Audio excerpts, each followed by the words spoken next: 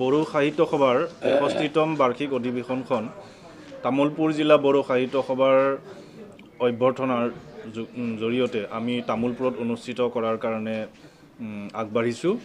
প্ৰথমে এই অধিৱেশন ফেব্ৰুৱাৰী মাহত অনুষ্ঠিত হ'বলগীয়া আছিল, কিন্তু কোভিড প্ৰটকলৰ কাৰণে এই অধিৱেশনৰ তাৰিখ পিছুৱাই আমি মাৰ্চত অনুষ্ঠিত কৰিবলৈ বিচাৰিছিলোঁ।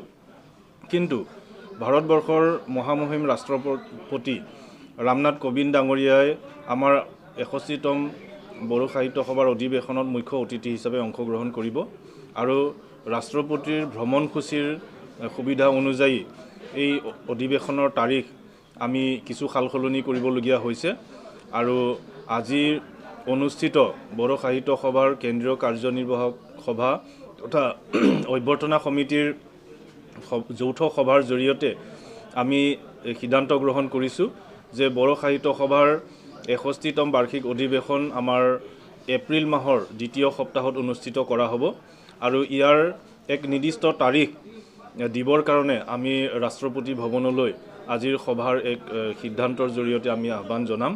আমি আশা কৰিছোঁ ভাৰতৰ মহামহিম ৰাষ্ট্ৰপতিগৰাকীয়ে অহা এপ্ৰিল মাহৰ আমাৰ দ্বিতীয় সপ্তাহত এই অধিৱেশনৰ মুখ্য অতিথি হিচাপে অংশগ্ৰহণ কৰিবলৈ আহিব।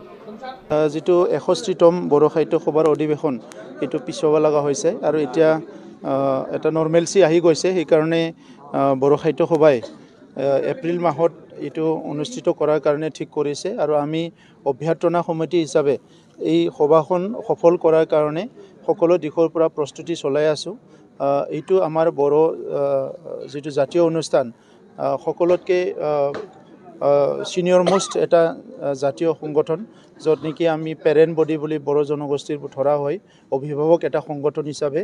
আৰু সেই সংগঠনৰ যিটো অধিৱেশন ইয়াত বহুখিনি প্ৰগ্ৰাম তেখেতসকলে ইম্পৰ্টেণ্ট প্ৰগ্ৰামবিলাক লয় আৰু সেইকাৰণে বড়ো সাহিত্য সভাৰ যোৱা যিটো ইতিহাস এই সময়ত বড়ো জনগোষ্ঠীৰ সকলো সময়তে যেতিয়া প্ৰয়োজন হৈছে, অকল ভাষা সংস্কৃতি নহয়, বিভিন্ন বিষয়ত বড়ো সাহিত্য সভাই নেতৃত্ব দি আহিছে আৰু বড়ো জনগোষ্ঠীত যিটো জাতীয় চেতনা আৰম্ভ কৰা, বড়ো জনগোষ্ঠীৰ ভাষা সংস্কৃতি ৰক্ষণাবেক্ষণৰ কথাবিলাক চিন্তা কৰা আমাৰ বড়ো সাহিত্য সভাৰ যিটো নেতৃত্বই আৰম্ভ কৰিছিলে। সেইকাৰণে আৰু আমাৰ সকলোৰে এটা দায়িত্ব আছে, এইটো বড়ো জনগোষ্ঠীৰ এটা দায়িত্ব আছে আৰু ইয়াৰ লগে লগে আমি যিহেতু সকলো জনগোষ্ঠী একেলগে বসবাস কৰোঁ, ইয়াত অসম সাহিত্য সভাৰ অধিৱেশন হ'লেও আমি চবে মিলি কৰিব লাগিব।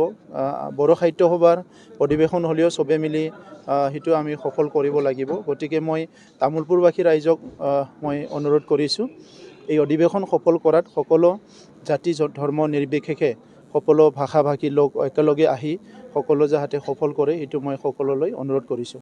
আমি আমাৰ তৰফৰ পৰা বড়ো সাহিত্য সভাৰ তৰফৰ পৰা BTRৰ তৰফৰ পৰা অসমৰ আমাৰ যিটো অধ্যক্ষ ডাঙৰীয়া, অসমৰ মন্ত্ৰী UG ব্ৰহ্ম ডাঙৰীয়া, অসমৰ মুখ্যমন্ত্ৰী ডাঙৰীয়া সকলো অনুৰোধ কৰিছে যে আমাৰ ভাৰতৰ ৰাষ্ট্ৰপতি ইয়াত মানে মুখ্য অতিথি হিচাপে অংশগ্ৰহণ কৰিব লাগে। আমি তেখেতক লগ কৰি আহিছোঁ আৰু খুব পজিটিভলি তেখেতে আমাক কৈছে। সেইকাৰণে আমি আশা কৰিছোঁ যে তেখেতে ভাল এটা দিন দিব, ডেট দিব আৰু সেই হিচাপে তেখেতে এটেণ্ড কৰিব আৰু বড়ো সাহিত্য সভাৰ যিটো ইতিহাস, এই ইতিহাসটো আহি থকা দিনত আৰু অলপ ইয়াৰ মানদণ্ডটো ওপৰলৈ লৈ যোৱাত সহায় কৰিব বুলি মানে আশা কৰিছোঁ। এইটো সাহিত্য সভাই ঠিক কৰিব। এতিয়া এটা প্ৰবেবল এটা ডেট তেখেতসকলে লৈছে, কিন্তু এইটো মানে মুখ্য অতিথিৰ ওপৰত ডিপেণ্ড কৰিব।